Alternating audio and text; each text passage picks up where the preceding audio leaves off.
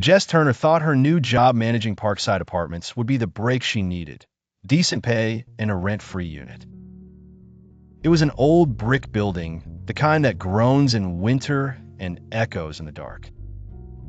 The landlord, Mrs. Dunbridge, handed Jess a heavy key ring and a frayed lease book, muttering, "If the tenants ask for anything, just say you're checking with me."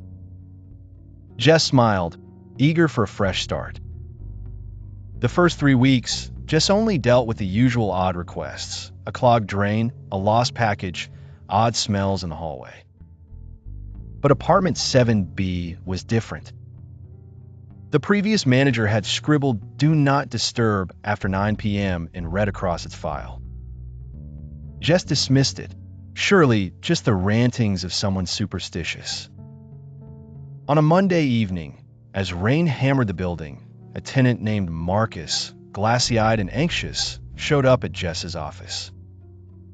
"Something's wrong in 7B. Water's dripping from the ceiling, and it smells off." She grabbed her flashlight and keys, Marcus trailing behind like a shadow. She knocked on 7B's battered door. Silence. Jess persisted. The tenant, Mr. Hadley, eventually appeared, gaunt, with deep-set eyes and fingers blackened with ink. He claimed everything was fine, but as Jess stepped inside, she spotted dark stains trailing over the ceiling, seeping into the paint, the scent metallic and sour. Hadley watched her every move. Jess opened the bathroom. The tub was stained red. A sticky residue ringed its rim. On the floor, a pile of crumpled newspapers, each headline blaring: "Local woman missing." In the corner, a cage, empty but scratched. Hadley laughed, lips twitching. "Old pipes," he smirked. "Nothing you need to worry about, dear." Jess retreated, unnerved, vowing to call a plumber.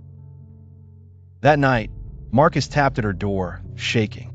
"There's someone in the basement, dragging things around. Lights keep flickering." Jess grabbed her phone and descended the creaking stairs. In the basement, she found puddles of water spreading outward from a locked storage room. Strange symbols, smeared in ink and something darker, decorated the concrete. A cold draft traced Jess's neck. The chain door rattled from the other side. Jess called Mrs. Dunbridge, but the line merely buzzed.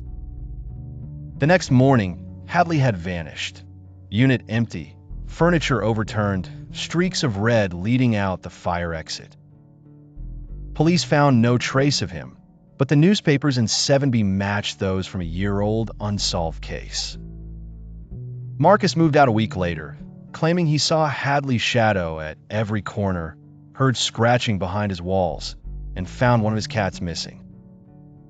Jess replaced her locks, slept with pepper spray atop her nightstand, but the nightmares came anyway: metallic scents, echoing footsteps, flickering lights. Each night, the building whispered of unfinished business. Some leases just aren't worth signing, Jess concluded, especially those still written in blood-red ink.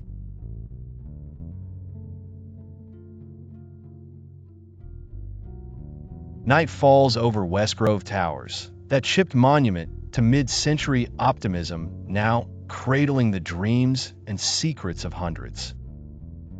Here, lurking beneath flickering hallway lights and peeling wallpaper, the air is thick with rumor, and Room 407 sits forever unremarkable until its latest tenant arrives. Her name is Ruby Marlowe, the new girl in the battered leather jacket. She drags 2 suitcases loud enough to creak through the hall. To most, she's a ghost behind crooked spectacles, barely polite with the landlord, quick to close her door, only spotted on late-night cigarettes by the dumpster. Billy, age 10, peeks from the metal gratings that shadow the 4th floor. He claims he saw her dragging in boxes at 3 a.m., talking to them like old friends.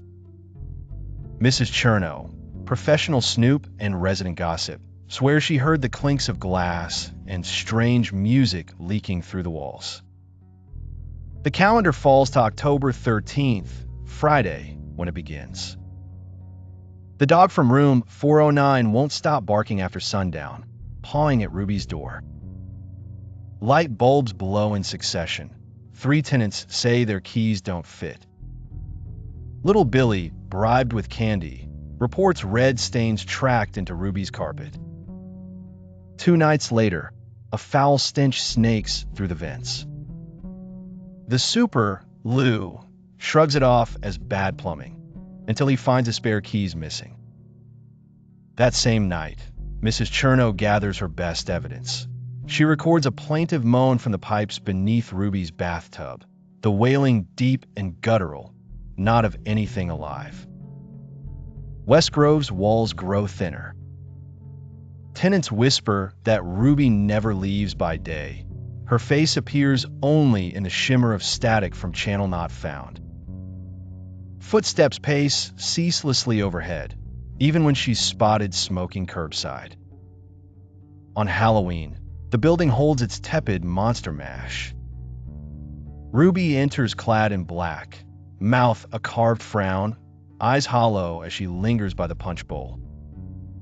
All night, the power flutters and the air grows thick with metallic tang. A blackout hits a few minutes past midnight. When the lights snap back, Ruby is gone, and so is Mrs. Chernow. Police comb the halls. There's no trace, save for a jagged hole in Ruby's bathroom wall and dozens of empty glass bottles cradled inside. No one saw her leave.